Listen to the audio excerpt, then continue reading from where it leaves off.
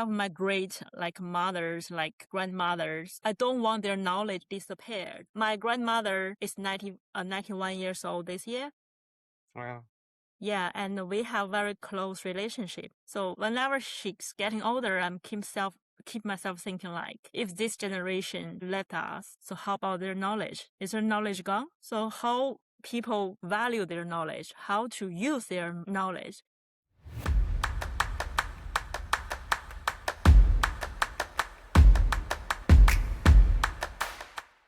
First of all, I just want to say thank you so much for coming to the show. Sure. And Thank you for having me. what I want to do is just to celebrate who you are. I am Sophie, and I am a mother, runner, student, and that's three identity. I think it's enough. It covers a lot of story already. Yes, a mother, a runner, and a student. Because it's like the cross discipline. Yeah, studied science at University of Auckland, and then I stepped into the education as a master student, and now is a PhD student in education. Maybe the people first know me is because I am a runner, because I'm running a lot, and people consider I'm doing running 80% of my life. It's like, actually not the truth. Yeah, I have a lot of other things to do, but running definitely becoming a major part of my life. Yeah, that is a very incredible journey, I should say. 5 years ago, I even don't run. I didn't doing running at all. And I think it's very tricky because that is the COVID time and have nothing to do because I think I just back to China with my daughter. And then we just made the COVID, and then we came back to New Zealand. So at that time, I registered my daughter Hathaway to a kindergarten, and then I had plenty of time to write my first book in China and made it public before I relocating to New Zealand again. So at that time, whenever you're doing a lot of thinking, you need to refresh your brain quite oftenly. So I think like running is a good way, just get myself connect to the nature instead of just stick to my laptop. And also maybe some health issues that make me thinking, okay, I need to go pick up some exercise. And running is a very low cost. You just get your first pair of shoes, even it's very cheap, and then you just, go. So at that time, I can only run like 5 kilometers, just killing me. The first time I was like, oh my God, what is this? So after that, it's not so bad. After a few months work, and then I can run like a 10K, and just thinking maybe I can do half marathon someday. And my first marathon happened just a lamping in my community. It's very weird, but I just finished it like 2 hours. 2 hours, 20 minutes. I think that time, I even can't imagine it if one day I can do the full marathon. It's impossible. Because I exactly know like how painful I am, the pain mass all the way until like 2022. That time I finally relocated to New Zealand, and then I just joined the Auckland Marathon. Registered myself and said like whenever I can walk, right? If I just getting too exhausted, I can just walk. And that is the first time I run the full marathon. Incredible. And there's like a raining day, windy day, not perfect weather for a marathon, but it's still feeling so nice. Yeah, Can I go yeah. back to something you mentioned about you publish a book in China? Oh yeah. What? So that is like I keep writing those years. Actually, I keep writing once I was a little primary school girl, because that time I just wrote some like diary things, what happened during the day. And my grandmother is a very great educator in China, and she just wrote a lot and encouraged me to write. Just whatever you want to write, just write it down. She said, this will becoming a treasure in your future. But the first time I just thinking, oh, that's too boring. I have nothing to write. I just want to go outside, play with the boys. I'm a quite boyish girl at that time. And then I just trying myself, just sitting in the chair and, writing down something. I thought it's not bad, and just keep doing this. And there's a lot of writing happens. I have my own writing style. And then after the high school, I just want to write some fiction. And it's very random ideas. But that is like a habit. You just stay with you, right? So you keep reflecting, because writing is a way of reflecting yourself. After I became a mom, there's a lot of story already from my childhood, from my my school, and also, like the girlhood, and also like motherhood and the workforce. So I just putting all the things into a book, and like the how to become a girl like in China. So it's most focused on my personal reflecting and also my personal growing up stories. And yeah, so I think that one is a very meaningful gift to me. Like I can just have something with me. Yeah. Wow. So I think that time is I can just block up lots of time Yeah. just sitting Yeah. down. So that really is through your grandmother Mm. who instilled you the writing, and you actually kind of take that writing to running. It's the same thing, isn't it? When you run. Yeah, actually, I don't think that's different because whenever we do writing things or we running, we are keep ourselves opening. So one is like the mediation. Running is like you just keep in motion, but your brain is still work. Writing, you're just sitting down and your brain is work. So the format is different, but the thing, it's the same. Just like, but I quite like the way running giving me is like I literally just connecting myself to the nature. That's incredible. I'm not doing like the gym thing. I like the open space. So open space give me more ideas actually. Sometimes I just carry my research questions or my own life questions into that run. And after the running, my brain got reformed, I should say, in some ways. And I can see the world totally different angles. Some ideas, it's very funny because one day I run outside and then I think after 10 kilometers, this idea, and the idea came through. Got so excited. I just running down to home directly and then pick up a paper, write it down, and then I just write it out again. So it's much more like the shower time. People have the ideas of brainstorming in that particular space. So running is like my big shower room. Because it gives you time to think and also to Without distraction, and also connect to nature, and nature give you a very, very positive support.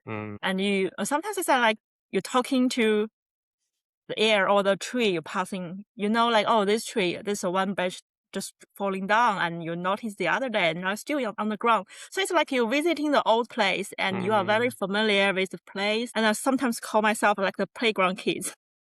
This playground kids is like, that's park is my playground, my happy land. So every time I running back, I feel like this is me. Sophie's back. That's amazing. So you from not even a runner to become a marathon runner, to run every day and consistently, and it's something that probably you have never thought about you enjoy, as you say. And Yeah, so in this way, now, I never thought about. yeah, Maybe marathoner is one of the goal at that time, but it's yeah, not always running a record. You can't break your own record quite frequently, right? You just enjoy the process. But yeah. before, if I have a target marathon to run for the year, I will prepare myself 3 months in advance. So at that time, maybe I will set up like the schedule, like which day run how many kilometers, and just break down like this run is for like the interval, or like what is called fartlek. So it's a different purpose. But most of the time, I should say it's an easy run, just to make myself refresh, keep my brain working, Mm, and like to take a little gap from the work because mm, I'm also take a walk at university. So mm. it's a quite busy life, but you need some space like running to keep yourself, just don't lose yourself. I hear you, because I think I really like what you say. You're saying at first you thought about, because of COVID-19, you need to find something that keep you active. And Yeah. through it, you found the benefits that was not expected, including running almost like a mindfulness exercise and give you time and space, because I know, like you're very busy in life, and that help you to be grounded, and at the same time also help you to contemplate a lot of questions in your life, in your study. And so Yeah. it's not just a running, it's a lot more than just running. Yeah, I Yeah, think fitness is my byproduct. yeah, Yeah, but at the beginning, I also have some health issues I need to yeah. sort it out. So that's why this is a very important reason I pick up Mm. running. Yeah, and I think that is I met a good time to just develop this habit, make it possible. I think that is what has become part of your identity. Yeah, I think my story is more like becoming. I think becoming is a very fascinating thing because I never call myself like you are an elder or maybe in social label. But for my true self, I think I'm on the way of becoming all the time. Mm. So people see me like, why you transfer your life like so much, like from the science, for example, to education, from the lab code to, whatever is writing. I'm a very curious person. I want to know more. If I don't know this area and I show my interest, I want to deep dive to this area. I think that's curiosity is a one driving force still stay with me, even though I'm a mid-age mom. I should say, yeah, I think my curiosity never gets such a high level, even though I was back in 20-ish. Like, it's incredible. Like it's Yeah, keep going up. yeah. Like the elder I grow up, I'm so curious about what happening and what kind of area I haven't explored. Yeah, that's a lot of question. I hear what you're saying. You thought when it comes to certain age, especially in our society, in Yeah, our society as Chinese, as yeah, Asians, we have certain glass ceilings that place on us. Once you become mom, that's it. mm, Like you kind of mm. stay and just do the normal things. And Motherhood, you're mothering. Like you need to give everything to your child, yeah, and there's no space to becoming.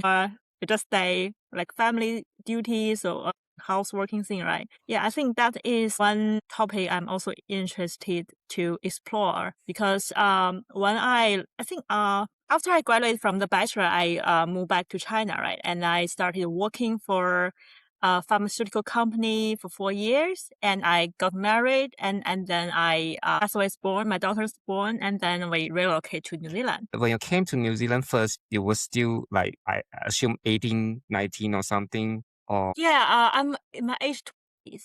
okay, so 20. then you study Yep. at University of Science. Auckland science Yep. after you Yep. graduated, and then you went back to China. Yeah. Oh, sorry, I didn't mention before because I had 2 years experience to study at Beijing Forestry University. So Yeah. that's why I came. I think I take the first year in University of Auckland at my age 20s. It's like 18. So this is a 2 years delay. I already a university student in China. So when you say you study science, you in your early life study at University of Auckland, and then Yeah. you went back, and then you Yeah. come back Yeah. again after you have your Yes. child and all that. Got it. Yeah. Yeah. So this is the pathway. When my daughter born and when she was 1 years old, almost 1 years old, my family just relocated to New Zealand. So the first year, I think I was doing like the full-time mom job. So that time I just focusing on settle down, like funding a kindergarten for my daughter. It's a full year gap year. So I just focusing on motherhood. I can see like I talk to a lot of mom during that time, like seeking for support, like the facilities, the communities, all the questions, like how to raise a child in New Zealand. Even though I was there before, but it's different identity. So I need some more knowledge about motherhood in New Zealand, what it look like. So that year is very interesting because I just not so aggressive, like I need to work, Mm, like I don't really care like how people see me, like because mm. before you are working a full time and now you are working as a full time mom. So it's a big difference, I should say. Yeah, but sometimes when you're talking about other, like you introduce myself, I was not very, very confident saying I was a full-time mom now, but that's just a short period of time. And I realized the society, the mothers in New Zealand is very comfortable to working as a full-time mom, right? Yeah. So it's a very different lifestyle, I should say. So I just adapt to it. And then because of my personality, I'm still a busy, I want to keep myself busy, I should say. I don't say like you must work. I know, of course, you have 2 kids to raise.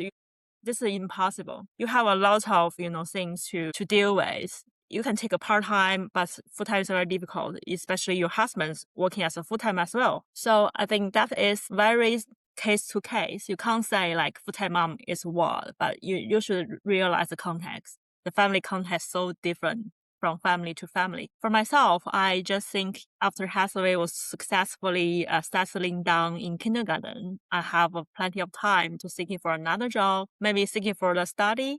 Because that's time, one question stay with me is how to raise a culturally competent a child in New Zealand. So I think that question needs some work It's not just like, I don't want to make it just a question. I want to sort it out myself. So that's the reason I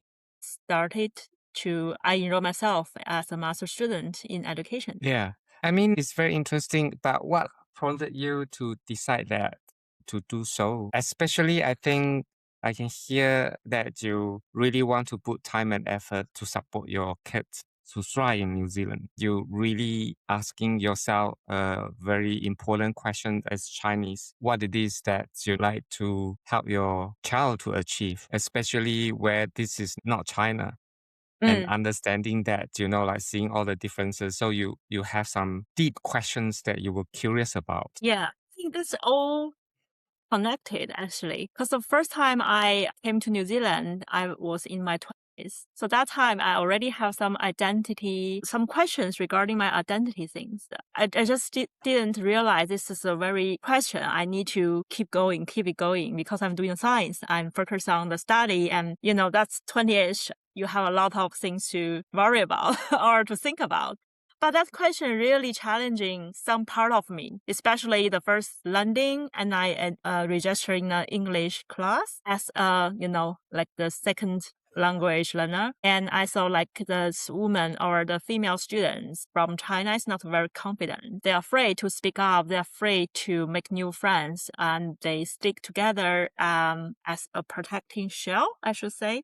So the first time, my English teacher, who is a very lovely Indian lady, and say like, introduce yourself in the stage and who wants to go first? And I raise up my hand and I want to try.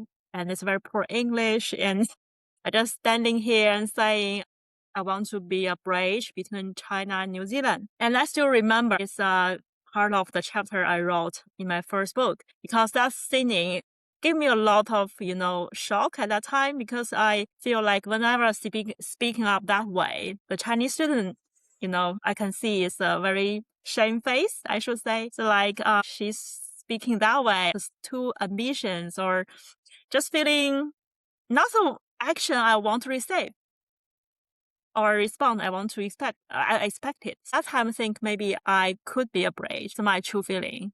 And I just keep doing things in this way. And many years later, when Hathaway born and I decided to relocate, this question just came up from the water. So I think I don't expect her to be one day she said, I'm proud of my identity. I'm proud of things I'm doing. The others gave her the reaction like this. I don't want her to feeling same confusion as mine at that time. So I think that's the reason why I'm doing the education is because I don't think that is my particular confused. I think most of the Chinese women talking to those years have the same situation. And even, there's 1.5 generations.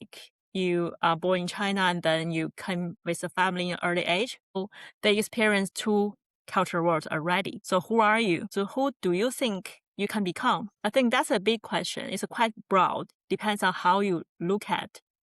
And Hathaway already 2 years old and at that time. One day she will ask the same question like, oh, Mom, why? So I think I should be her role model in some way to showing her why, not to telling her why. So at that time, I studied education and I interviewed families to see. I want to explore like how they look at these questions. So this is my first paper just published. It's one of the paper talking about these issues. So I think that is, don't let the question go. Just grab it and make it an impact. So I think that is a close loop for me so far. So with your study for your master, what was the finding with that topic? Yeah, one of the interesting finding is that when we're talking about the culture, right?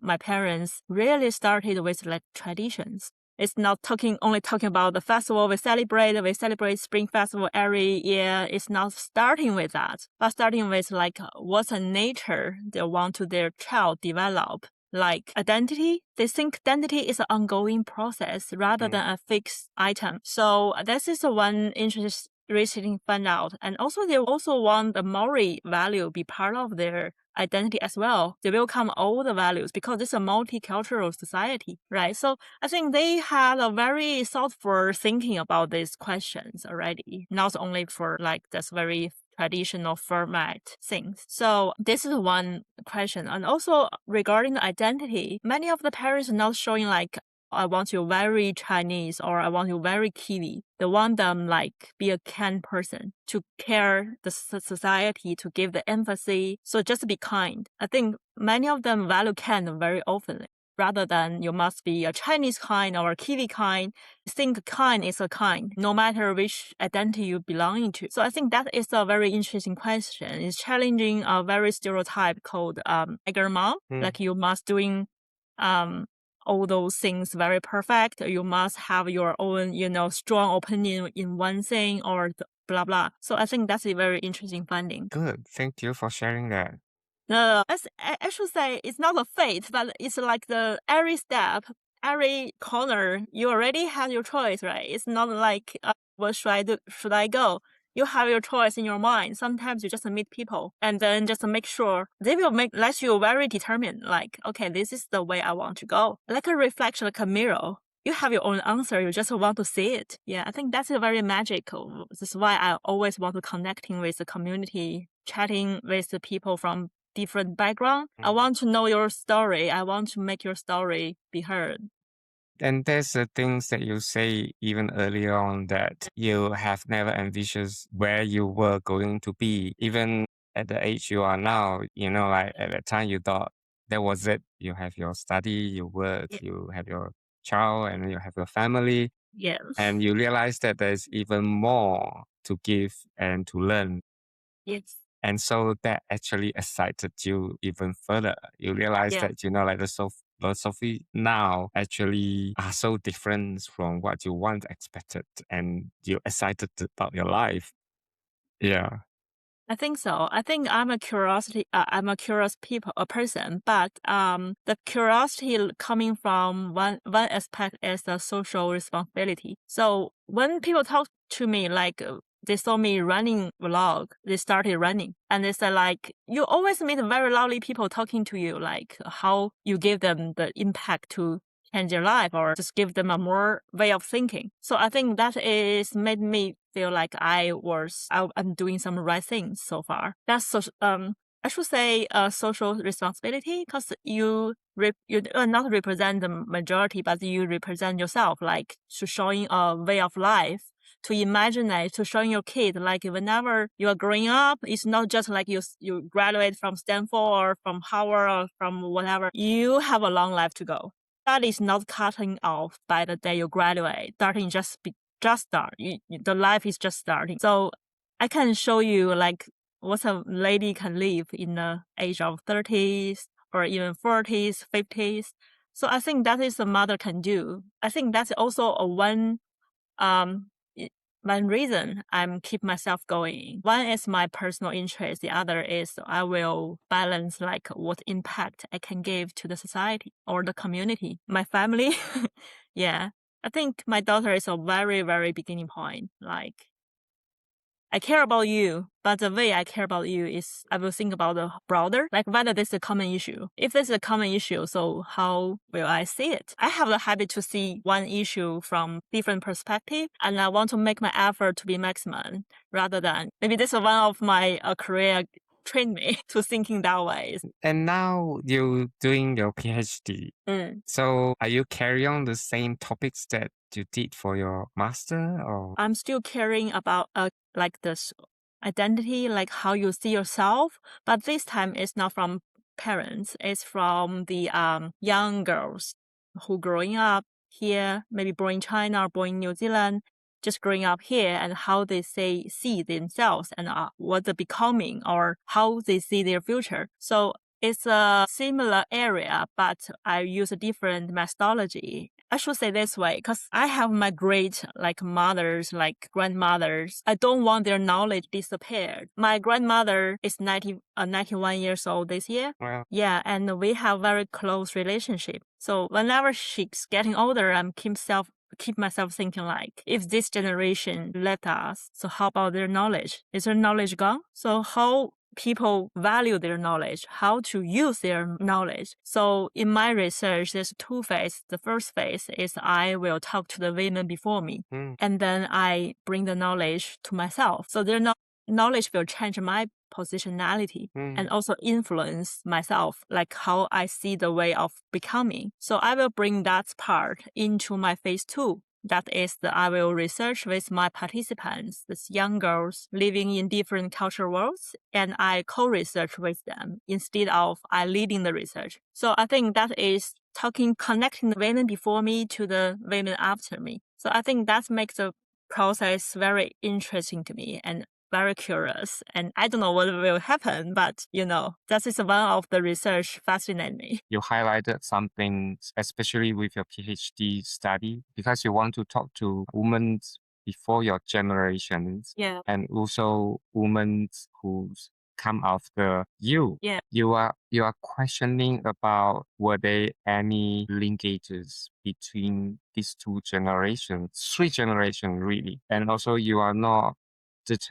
determined what come next. You're asking them, are they? So then probably you did even draw conclusion. You leave it open and see happened. You haven't researched them. You haven't had a workshop with them. You can't draw a conclusion at this moment. I think that is like why I'm doing the participatory research rather than research lead research. It's because I don't want to give them like the much more limit. Like in each workshop, I will give them like in plenty of the freedom to choose whatever they want to noticing. In my workshop, for example, we will read some stories from my grandmothers, my mothers, and myself, and just as an entry point, so they can make some connection between the women before me and with themselves. That stage is very, very open and welcoming every noticing and every kind of the questions. So I think that is a very important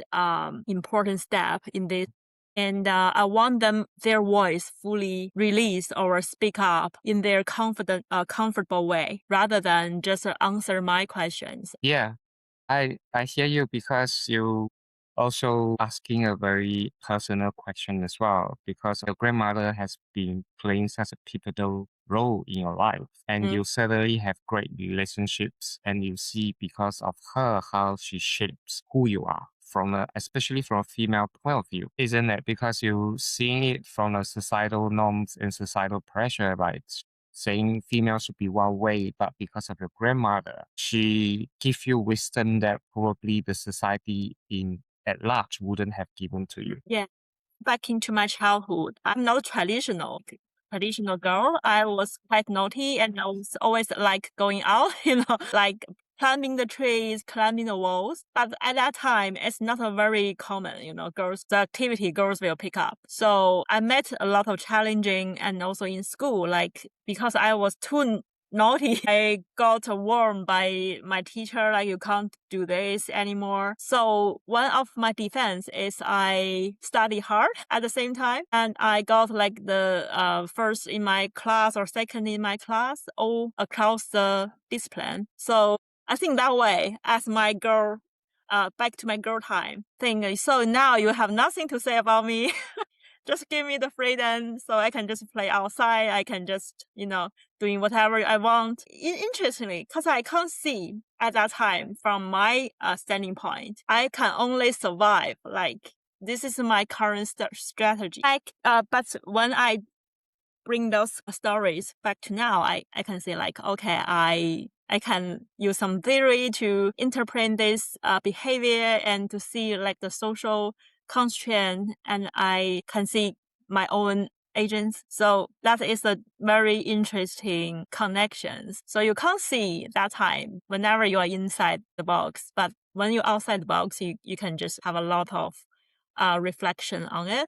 So one thing about interesting, and now it's like you have the both views. Like you are inside of these participants, not from researching. You are not researching them from outside.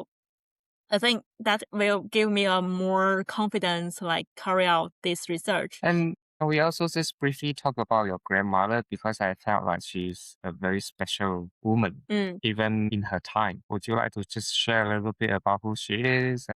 Yeah, she was born in 1935, and she joined that Korean War as a soldier volunteer at that time. And then she work back in her industry, and she found like the television university. I should call that. That is like you learn knowledge from the television, and you can just grab your certification. So she leading that project, and she emphasized how important education is, because just people in her age just went out for work very early age, and not Mhm. all of them have the education resources. And she saw this very important, and she just leading this whole things. And when she got a promotion opportunity, she said, no, I want to stay with my workers. I don't want, because that promotion means you need to just move out, right? You can't Yes. stay with the majorities. So she just rejected, I don't want to do this. So she was quite determined, and she know what she's doing at that time. Also, she made some difficult, like Cultural Revolution and a lot of things. Those part I already wrote in my Mm, articles. But overall, she was incredible. She was an incredible, strong and brave woman. mm, And then after she became my grandmother, and whenever after school, I was just back into my grandmother's house, and then she was like, have you read this article from a newspaper? That's how it's a mm, newspaper. Have you read this article? I found it very interesting. And she cut those parts mm, and stick to her own notebook. So it's like a collection of all the mm. interesting news from Wow. newspaper or from magazine, or just so I can find you a lot, like the whole box of those things.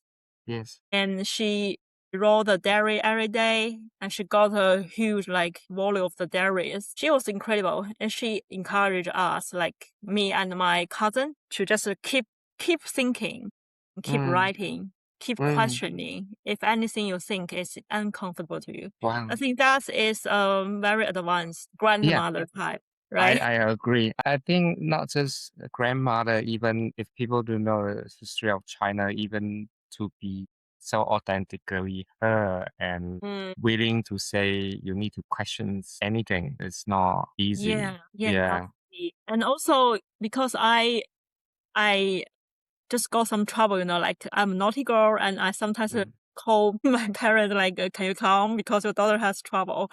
And my grandmother will come, Yeah. just defense for me. Yeah. Yeah. It's so interesting. Oh, Like wow. she was just naughty. She's not made me like the fault or some bad things. Yeah, just let her go. Yeah. Yeah. So she'll fight for Not you. breaking the rules, right? Yeah. She'll defend So you. Yeah. yeah, and I really grateful to have a woman like this supporting me all along the way. And also, when I'm during my pregnancy, and the first thing we talked through, because I'm pregnant in China, and then Mm. she was in New Zealand, and we made a call, and the first thing she asked me about is like, Sophie, are you still reading the news? Yeah. I said, yeah. She said like, don't forget to reading, to catching up the world, to see out of the box. Even you now, mom, it Mm. doesn't mean you close your door. You Mm. need to stay open, Mm. keep your radar open. So that is the thing she brings to me. It's like not Wow. thinking in a girl's perspective, but Yeah. as a human. Now it's like whenever I make a choice, I will not think like, okay, I am a girl, I can't do this. Can I do this? I'm not challenging myself this way anymore. I just think like this thing is worth to do. And as a human, I have the capacity to make it happen. So let's do it. I think this is a very interesting, in fact, from my grandmother.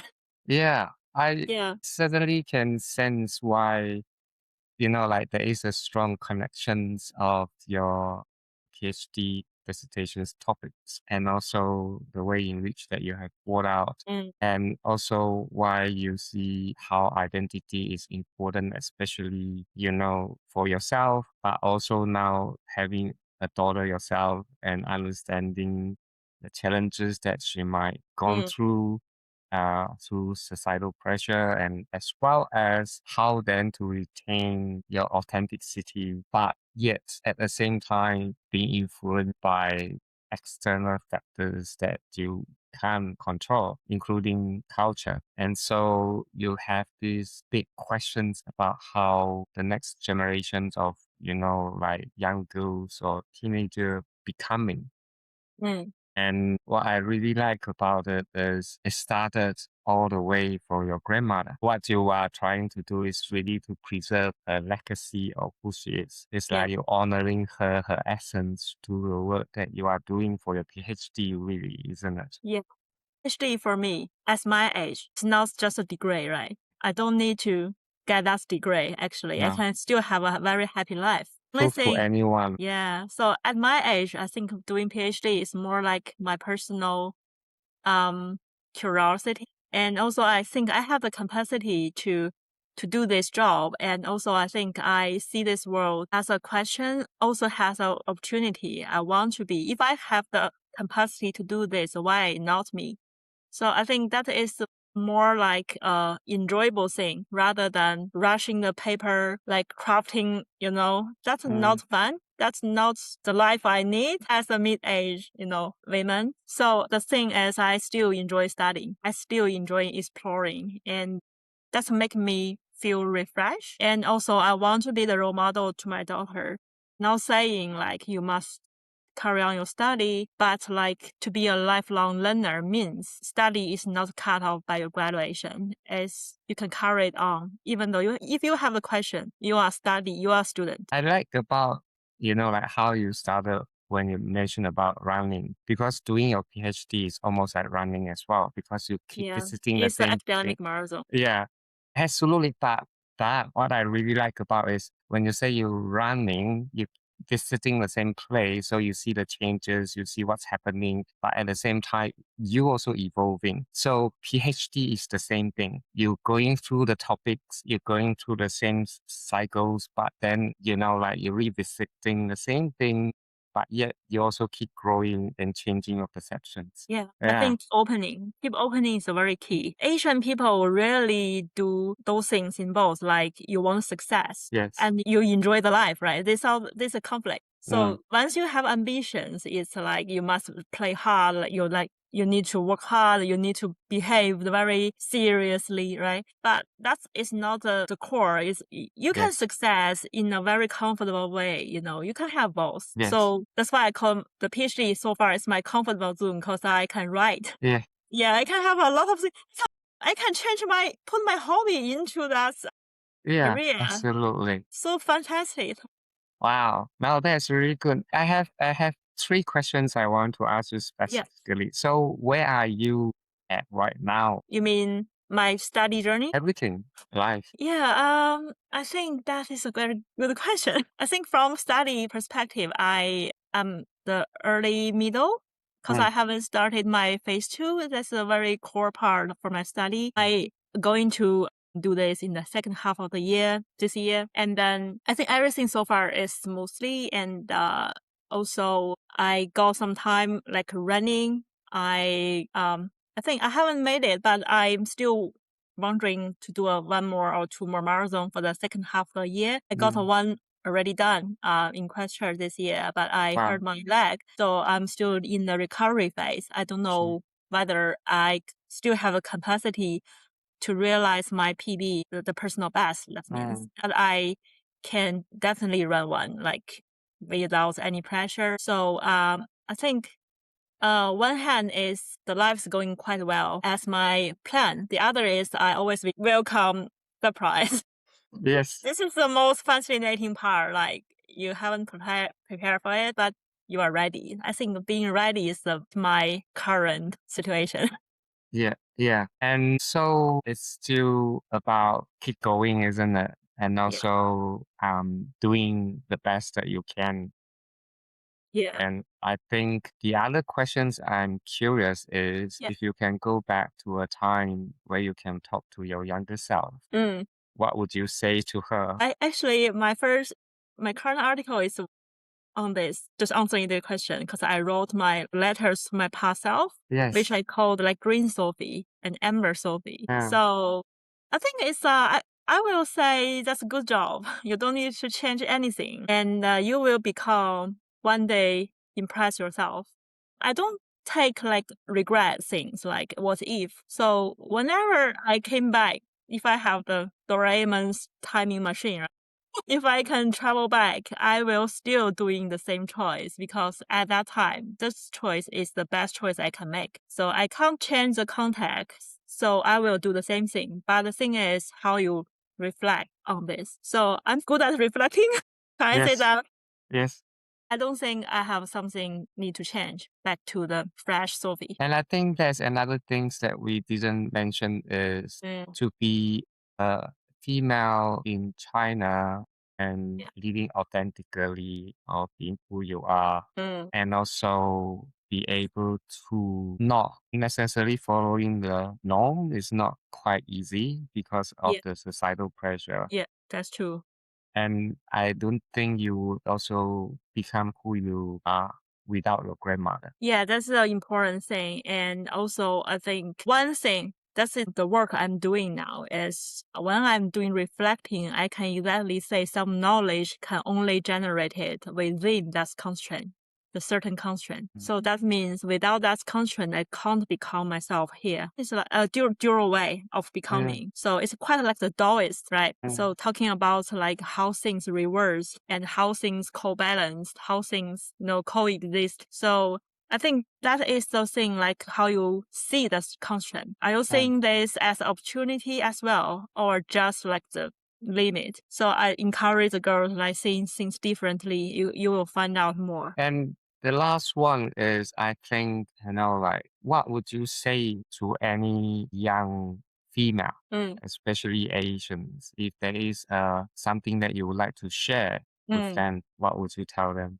I think in this time, honestly speaking, it's like they are so brave, so brilliant. I don't want to say like be brave or something. I think brave, this term itself has a lot of constraint, like why you need to do something called brave, right? This is our normal life choose or choice. You don't need to call it a brave choice or brave move or something. It's just our normal move. So I think like in this time, women change a lot. They have a lot of like new ideas and in right now, so you can see like this women especially doing the sport just very freely to just demonstrate their muscles, demonstrate their bodies without being shamed. And also they dress up like a very confident women instead of like you just cover off, So I think that's ideology has changed. So I'm just want to say I'm so grateful to being part of you. And let's continue in that way. We see each other, we support each other, and we need to go up and up. Just don't afraid. Whenever you're looking back, we are with you. And is there anything that is missing or you haven't had an opportunity to share that you would like to share? Actually, most of them, most of my reflection or like my thinking has finding their way to sharing the world already, actually. So I think that's very enjoyable to, being here and just living the true life. You don't need to fake up yourself. As whenever you're getting busy, you have a lot of ambitions or you have a lot of things you want to do. I think that's like faking up is the most, like the consumption walk. You're just being very true and you just speak whatever you want and just doing whatever you want. And that is a very easy way to stay with yourself, like to connect with yourself. So I think that is the thing I want to share. Yeah. By the way, the book that you published in China, what is it called? The name? So here you go. This is the book. Oh, can you see it? Yes, 国外编标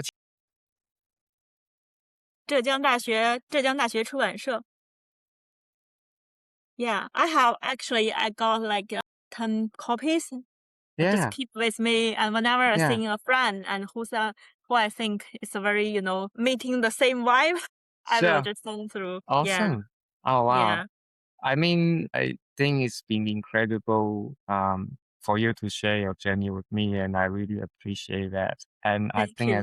especially from a female perspective, as a Chinese from China, if people who do not understand the history, probably they wouldn't have the same appreciations like I do right now, especially from your grandmother, mom, and yourself, especially living authentically and not change of who you are just because of social pressure. I think it's amazing that you keep celebrating the generation of female in your family. Yeah, very lucky to having them. Also think I can just giving my response to it. Yes. Yeah, I also say like some people, not only girls, like living in a very happy family, but they complain a lot. Mm, So it depends like one side is giving and the other is receiving. mm, So it's like an interaction. I think that is amazing part. Like we can hear each other. Even with my mother-in-law, we are not talking a lot about like the kitchen things, but a mm. lot of like which way you want to go or which kind of issue you met. And it's just talking as a human rather than mother-in-law and, daughter-in-law. That situation is very sensitive in China Yes, right. and also has lots of like negative vibes. But Yes. for my own experience, it's a different story. Yeah, I think that is like from your feeling. Of course, if your father-in-law or daughter-in-law, maybe they have their own Wait. things Yeah.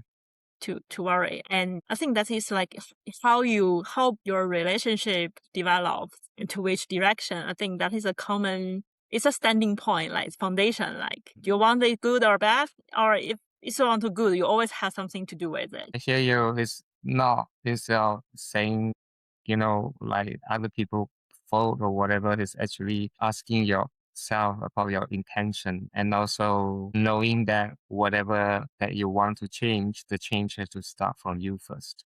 Thank you so much.